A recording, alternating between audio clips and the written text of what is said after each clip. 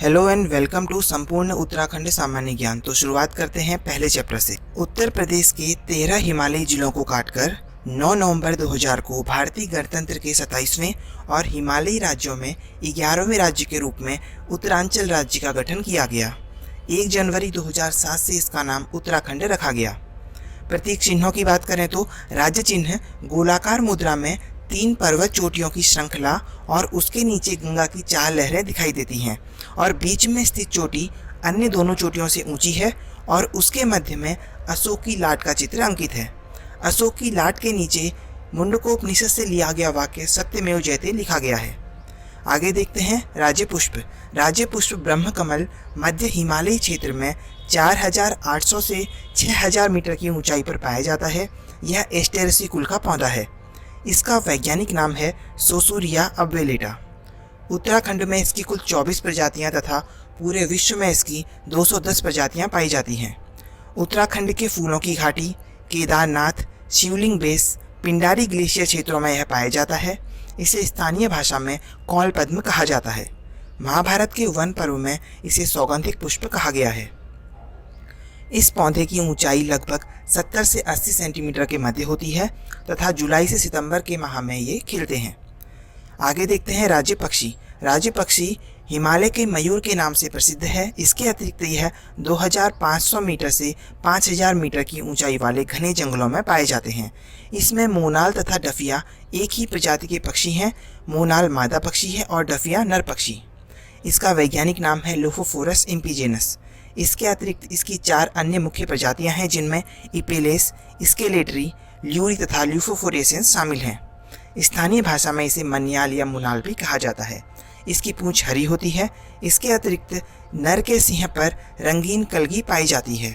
यह मोनाल अपना घोंसला नहीं बनाती। यह किसी चट्टान या पेड़ के छिद्र में अंडे देती है। वनस्पति, कीड़े मकोड़े, आलू इत्यादि इसके प्रिय भोजन हैं। आगे बात करते हैं राज्य पशु की। तो राज्य पशु कस्तूरी मृग 3600 से लेकर 4400 मीटर की ऊंचाई के मध्य पाए जाते हैं। ये केदारनाथ, फूलों की घाटी, उत्तरकाशी तथा पिथौरागढ़ जनपद के 2 से 5000 मीटर की ऊंचाई पर स्थित जंगलों में भी पाए जाते हैं। इनका वैज्ञानिक नाम है मास्कस काइसोगॉस्टर। इन्हें हिमालयन मस्क डियर के नाम से भी जाना जाता है। इसके अतिरिक्त इनका रंग भूरा होता है जिन पर काले पीले धब्बे पड़े होते हैं। कस्तूरी मृग के एक पैर में 4 खुर होते हैं। इनकी ऊंचाई लगभग 20 इंच होती है तथा वजन 10 से 20 किलोग्राम तक होता है। इनके 2 बड़े बड़े दांत इंसिजर्स बाहर की ओर निकले होते हैं। इनकी औसत आयु 20 वर्ष की होती है तथा इनकी गर्भधारण अवधि लगभग 6 माह की होती है। कस्तूरी केवल नर मृग में ही पाया जाता है और यह 3-3 वर्ष के अंतराल पर ऑपरेशन कर एक मृग से एक बार में 30 से 45 ग्राम तक कस्तूरी प्राप्त की जा सकती है। आगे देखते हैं इनके संवर्धन और संरक्षण के लिए सरकार द्वारा विभिन्न प्रयास किए गए हैं। इनको देखते हैं। 1972 में चमोली के केदारनाथ वन्यजीव प्रभाग के अंतर्गत 967.2 वर्ग किलोमीटर क्षेत्र में कस्तूरी मृग विहार की स्थापना की गई थी। इसके अतिरिक्त 1977 में महरोड़ी कस्तूरी मृग अनुसंधान केंद्र की स्थापना की गई। 1982 में चमोली के कांचुला खर्क में कस्तूरी मृग प्रजनन एवं संरक्षण केंद्र की स्थापना भी की गई थी। इसके अतिरिक्त 1986 में पिथौरागढ़ में अस्कोट अभयारण्य की स्थापना की गई है। आगे देखते हैं राज्य वृक्ष बुरांस का। बुरांस का वानस्पतिक नाम है रोडोडेंड्रॉन अर्बोरियम। बुरांस जो 1500 से 4000 मीटर की ऊंचाई पर पाए जाते हैं, उनके फूलों का रंग चटक लाल होता है। इनके ऊंचाई पर बढ़ने के साथ साथ फूलों का रंग क्रमशः गहरा लाल और हल्का लाल होने लगता है और 11000 फुट की ऊंचाई तक इनका रंग सफ़ेद हो जाता है। ये मकर संक्रांति के बाद से वैसाखी तक खिलते हैं। इसके अतिरिक्त इन वृक्षों की ऊंचाई लगभग 20 से 25 फीट के आसपास होती है तथा वन्य अधिनियम 1974 के अंतर्गत इन्हें संरक्षित वृक्ष घोषित किया गया है। बात करते हैं जिलों के गठन की। 1814 में गढ़वाल तथा 1815 में कुमाऊं पर अंग्रेजों के कब्जे के बाद यहाँ पर कुमाऊं जनपद का गठन किया गया था। 1817 में देहरादून को एक जिला बनाकर सहारनपुर मंडल में शामिल किया गया था। अंग्रेजी शासन जब प्रारंभ हुआ था तो उत्तराखंड में प्रशासनिक इकाइयां 2 थीं जिनमें कुमाऊं जनपद था और टिहरी रियासत थी। 1840 में ब्रिटिश गढ़वाल का मुख्यालय श्रीनगर से पौड़ी गढ़वाल लाया गया था तथा पौड़ी गढ़वाल जनपद का गठन किया गया। 1854 में नैनीताल को कुमाऊं मंडल का मुख्यालय बनाया गया था। 1890 तक कुमाऊं कमिश्नरी में कुमाऊं, पौड़ी गढ़वाल 2 ही जिले थे। 1891 में कुमाऊं, अल्मोड़ा तथा नैनीताल नामक 2 जिलों में बटा गया था। इसके अतिरिक्त स्वतंत्रता तक कुमाऊं मंडल में 3 जिले थे, जिनमें पौड़ी, अल्मोड़ा तथा नैनीताल थे। इसके अतिरिक्त एक टिहरी रियासत थी। 1 अगस्त 1949 को टिहरी रियासत कुमाऊं मंडल के चौथे जिले के रूप में शामिल हो गई। 1960 तक मसूरी, चकराता व देहरादून के अलावा पूरा पर्वतीय क्षेत्र कुमाऊं मंडल में था। 1960 में टिहरी जनपद से उत्तरकाशी, पौड़ी जनपद से चमोली तथा अल्मोड़ा जनपद से पिथौरागढ़ को अलग कर जनपद बनाया गया था। 1969 में गढ़वाल मंडल गठित कर पौड़ी को मुख्यालय बनाया गया तथा टिहरी, पौड़ी, चमोली व उत्तरकाशी को इसके अधीन रखा गया था। 1975 में देहरादून मेरठ मंडल से गढ़वाल मंडल में स्थानांतरित किया गया था। 26 दिसंबर 1995 को उधमसिंह नगर, 15 सितंबर 1997 को चंपावत, 18 सितंबर 1997 को रुद्रप्रयाग व बागेश्वर जनपद बनाए गए थे। 26 दिसंबर 1995 को उधमसिंह नगर, 15 सितंबर 1997 को चंपावत व 18 सितंबर 1997 को रुद्रप्रयाग व बागेश्वर जनपद बनाए गए थे। अब राज्य के प्रशासन से संबंधित देखते हैं। संविधान के अध्याय 6 के अनुच्छेद 152 से 237 के अनुरूप राज्य में प्रशासन की संसदात्मक प्रणाली के 3 प्रमुख अंग हैं, जिनमें कार्यपालिका, विधानमंडल व उच्च तथा अधीनस्थ न्यायालय शामिल हैं। जिनमें कार्यपालिका के अंतर्गत राज्यपाल, मंत्रिपरिषद, सचिवालय, विभाग व महाधिवक्ता आते हैं। विधानमंडल के अंतर्गत राज्यपाल व विधानसभा आते हैं। कार्यपालिका के अंतर्गत देखते हैं राज्यपाल। राज्यपाल संविधान के अनुच्छेद 153 के अनुसार राज्यों के लिए राज्यपाल की व्यवस्था की गई है। राज्य का यह संवैधानिक प्रमुख कहलाता है तथा राज्य की कार्यपालिका शक्ति का प्रयोग वह अपने अधीनस्थों के माध्यम से करता है तथा इसकी विवेकाधीन शक्तियों का प्रयोग करते समय यह वास्तविक प्रमुख होता है। यह राज्य के विश्वविद्यालयों का कुलपति व राज्य का प्रथम नागरिक भी होता है तथा यह 5 वर्ष के लिए राष्ट्रपति की इच्छा पर्यंत अपना कार्य करता है। आगे बात करते हैं मंत्रिपरिषद की। तो मंत्रिपरिषद का विधान संविधान के अनुच्छेद 164 के अनुसार किया गया है, जिसमें राज्यपाल, मुख्यमंत्री व उसकी सलाह पर अन्य मंत्रियों की नियुक्ति करता है। अनुसूची 3 के अनुसार इन्हें पद व गोपनीयता की शपथ दिलाई जाती है। मंत्रिपरिषद को वास्तविक कार्यपालिका कहा जाता है। मुख्यमंत्री कार्यपालिका का वास्तविक प्रधान होता है तथा सचिवालय का कार्य मंत्रिपरिषद के सदस्य को प्रशासनिक सहायता व परामर्श देने के लिए होता है।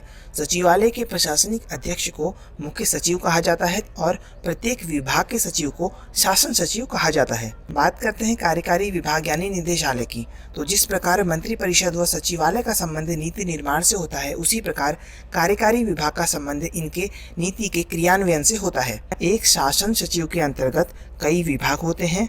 प्रत्येक विभाग के अध्यक्ष के बाद उसमें मंडल आयुक्त होता है, जिसके नीचे जिलाधिकारी जिले के व उप जिलाधिकारी तहसील में होते हैं। बात करते हैं महाधिवक्ता की। संविधान के अनुच्छेद 165 के अनुसार महाधिवक्ता की नियुक्ति का प्रावधान किया गया है। इसकी नियुक्ति राज्यपाल के द्वारा होती है। इसकी कोई अवधि नियत नहीं होती। यह राज्यपाल के प्रसाद पर्यंत अपना कार्य करता है। यह भारत का नागरिक होना चाहिए व 10 वर्ष से अधिक समय से न्यायिक कार्य से जुड़ा व कम से कम 10 वर्ष से ज़्यादा उच्च न्यायालय में अधिवक्ता के रूप में कार्य किया हुआ होना चाहिए। विधि विषयों पर यह राज्यपाल को अपनी सलाह देता है। आगे बात करते हैं, सदनों की बैठक में महाधिवक्ता अपना मतदान नहीं कर सकते हैं। इसके अतिरिक्त राज्य के प्रथम महाधिवक्ता का नाम मेहरबान सिंह नेगी था। बात करते हैं विधानमंडल की। तो विधि निर्माण के लिए विधानमंडल की व्यवस्था की गई है। इसके 2 अंग हैं, जिनमें राज्यपाल व विधानसभा आते हैं। राज्यपाल के हस्ताक्षर के बिना कोई भी कानून जारी नहीं हो सकता है। विधानसभा का गठन संविधान के अनुच्छेद 170 के तहत राज्य के मतदाताओं द्वारा चुने गए सदस्यों द्वारा होता है। राज्य की विधानसभा में अधिक से अधिक 500 व कम से कम 60 सदस्य हो सकते हैं। अनुच्छेद 173 में राज्यसभा की सदस्यता के लिए योग्यताएं दी गई हैं, जो लोकसभा की तरह है। वह क्या है? वह है कि वह भारत का नागरिक हो, वह 25 वर्ष की आयु पूरी कर चुका हो तथा वह भारतीय सरकार व किसी अन्य राज्य सरकार के अधीन लाभ के पद पर कार्य न हो। वह संसद द्वारा बनाई गई किसी विधि के अधीन राज्य विधानसभा का सदस्य चुने जाने के लिए अयोग्य न हो। इसका कार्यकाल 5 वर्ष का होता है तथा इसके अतिरिक्त राष्ट्रपति शासन लागू होने की स्थिति में विधानसभा को विघटित किया जा सकता है। आगे बात करते हैं, विधानसभा के बैठक में कम से कम 1/10 सदस्यों की उपस्थिति होना अनिवार्य है तथा विधानसभा की बैठक का वर्ष में कम से कम 2 बार होना आवश्यक है, अर्थात 2 बैठकों के मध्य का अंतराल 6 माह से अधिक का नहीं होना चाहिए। विधानसभा के सदस्य अपने में से किसी एक सदस्य को अध्यक्ष व किसी एक अन्य को उपाध्यक्ष चुनते हैं, जिसे संविधान के अनुच्छेद 178 के अनुसार बताया गया है। आगे बात करते हैं 5 नवंबर 2001 को परिसीमन के बाद विधानसभा सीटों की संख्या 70 हो गई थी। इनमें कुल 70 सीटों में से आरक्षित सीटें हैं 15, जिनमें 13 SC व 2 ST की सीटें हैं, जिनमें 2 अनुसूचित जनजाति की जो आरक्षित सीटें हैं वो हैं चक्राता देहरादून की व नानकमता उधमसिंह नगर की। उत्तर प्रदेश पुनर्गठन विधेयक 2000 में अंतरिम विधानसभा हेतु 31 विधायक, जिनमें 22 सदस्य उत्तर प्रदेश विधानसभा के थे व 9 सदस्य उत्तर प्रदेश विधान परिषद के थे, इनकी व्यवस्था की गई थी। एक सदस्य का कार्यकाल इनमें से अंतरिम विधानसभा के गठन से पूर्व ही समाप्त हो गया था, अतः अंतरिम विधानसभा का गठन 30 विधायकों ने किया था। उत्तराखंड में लोकसभा की 5 सीटें हैं, जिनमें अल्मोड़ा में अनुसूचित जनजाति की सीट है। इसके अतिरिक्त पौड़ी, टिहरी, नैनीताल व हरिद्वार में सीटें हैं तथा प्रत्येक लोकसभा क्षेत्र के अंतर्गत विधानसभा की 14 सीटें आती हैं। इसके अतिरिक्त उत्तराखंड में राज्यसभा की 3 सीटें हैं।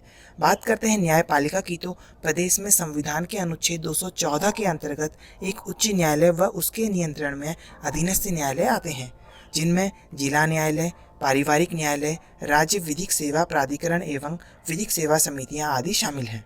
बात करते हैं उच्च न्यायालय भवन की, तो इसका निर्माण लेफ्टिनेंट गवर्नर सर संटोनी मैकडोनल्ड्स द्वारा कराया गया था। पूर्व में उत्तर प्रदेश सरकार के दौरान जब नैनीताल ग्रीष्मकालीन राजधानी बनी थी, तब इस भवन का उपयोग सचिवालय भवन के रूप में किया गया था। बात करें अनुच्छेद 127 की, तो इसके अंतर्गत उच्च न्यायालय को राज्य के अन्य न्यायालयों व न्यायाधिकारियों के अधीक्षण का अधिकार प्राप्त है। राज्य उच्च न्यायालय में न्यायाधीशों की कुल स्वीकृत संख्या है 8। इसके अतिरिक्त प्रथम मुख्य न्यायाधीश थे न्यायमूर्ति अशोक अभयंकर देसाई। आगे बात करते हैं प्रथम रजिस्ट्रार थे GCM रावत। अप्रैल 2001 में फास्ट ट्रैक कोर्ट का गठन किया गया था। राज्य में उत्तराखंड कानूनी सहायता एवं परामर्श बोर्ड लोक अदालतों का संचालन करता है, जो निःशुल्क कानूनी सहायता उपलब्ध कराते हैं। इसके अतिरिक्त जिलों में जिला कानूनी सहायता व परामर्श समितियां हैं व पंचायती राज के अंतर्गत न्याय पंचायतों का भी गठन किया गया है, जो 500 रुपये तक के मामले का निपटारा कर सकते हैं और तथा पंचायती राज के अंतर्गत न्याय पंचायतें अधिकतम 100 रुपये का दंड मुकर्रर कर सकती हैं। आगे देखते हैं लोकायुक्त। राज्य में भ्रष्टाचार व अधिकारों के दुरुपयोग आदि की जांच हेतु राज्य विधानसभा द्वारा 1 नवंबर 2011 को लोकायुक्त संगठन, जिनमें एक अध्यक्ष और 5 सदस्य शामिल हैं, इन्हें स्थापित करने संबंधी विधेयक पारित किया गया था। इसके अंतर्गत मुख्यमंत्री, मंत्री, विधायक, सचिव आदि सभी लोक सेवकों को जांच के दायरे में लाया गया है। शिकायतों की सुनवाई के लिए लोकायुक्त के 3 विंग हैं, जिनमें अन्वेषण शाखा, अभियोजन शाखा व न्यायिक शाखा शामिल हैं। इसके अतिरिक्त राज्य की विजिलेंस इकाई भी लोकायुक्त के अधीन है। आगे देखते हैं पंचायती राज प्रणाली। तो संयुक्त प्रांत पंचायती राज अधिनियम 1947 के अंतर्गत 15 अगस्त 1947 को यह लागू किया गया था। 1961 से इस व्यवस्था को त्रिस्तरीय किया गया है तथा 1994 को इसे संवैधानिक निकाय के रूप में लागू किया गया। मार्च 2008 में पंचायतों में महिलाओं के लिए आरक्षण को 33% से बढ़ाकर 50% कर दिया गया। राज्य में पंचायतों की त्रिस्तरीय व्यवस्था है, जिनमें सदस्यों का चुनाव 18 वर्ष या इससे अधिक आयु के सदस्यों द्वारा होता है। बात करते हैं त्रिस्तरीय व्यवस्था की, तो इसमें जिला पंचायत आता है, जिसके सचिव जिले का प्रमुख विकास अधिकारी व पंचायती राज अधिकारी होता है। इसमें 6 प्रकार की समितियां बनाई जाती हैं, जिनमें नियोजन व विकास समिति, शिक्षा समिति, स्वास्थ्य व कल्याण समिति, प्रशासनिक समिति, जल प्रबंधन एवं जैव विविधता प्रबंधन समिति, निर्माण कार्य समिति शामिल हैं। अगला है क्षेत्र पंचायत, जिसका सचिव BDO होता है व इनमें सदस्यों की संख्या 20 से 40 के बीच में होती है। आगे देखते हैं जिला पंचायत व ग्राम पंचायतों के मध्य यह कड़ी के रूप में कार्य करता है। बात करें तीसरे स्तर ग्राम पंचायत की, तो यहाँ प्रत्येक वर्ष 2 आम बैठकें होना आवश्यक होता है। इनमें सदस्यों की संख्या 5 से 15 के बीच होती है तथा ग्राम पंचायत की 6 समितियों के अंतर्गत शिक्षा, स्वास्थ्य व कल्याण समितियों की सभापति महिलाएं ही होती हैं। आगे देखते हैं नगर निकाय। नगर निकाय की शुरुआत 1916 में हुई थी और यह संयुक्त प्रांत टाउन एरिया अधिनियम 1916 के अंतर्गत की गई थी। 1993 में 74वें संविधान संशोधन द्वारा इसे संवैधानिक दर्जा दिया गया था। आगे देखते हैं त्रिस्तरीय नगर स्वायत्त शासन व्यवस्था को, जिसके अंतर्गत नगर निगम से शुरुआत करते हैं। नगर निगम में नगरों की जनसंख्या मैदान में 1 लाख व पहाड़ में 90,000 या उससे अधिक होनी चाहिए। इसके अतिरिक्त नगर प्रमुख को मेयर कहा जाता है। इसमें नगर प्रमुख के अतिरिक्त डिप्टी मेयर व सभासद या पार्षद होते हैं, जिनका चुनाव 5 वर्ष के लिए किया जाता है। उत्तराखंड में देहरादून, हरिद्वार, हल्द्वानी, काशीपुर, रुद्रपुर, रुड़की, ऋषिकेश व कोटद्वार 8 नगरों में नगर निगम की व्यवस्था की गई है।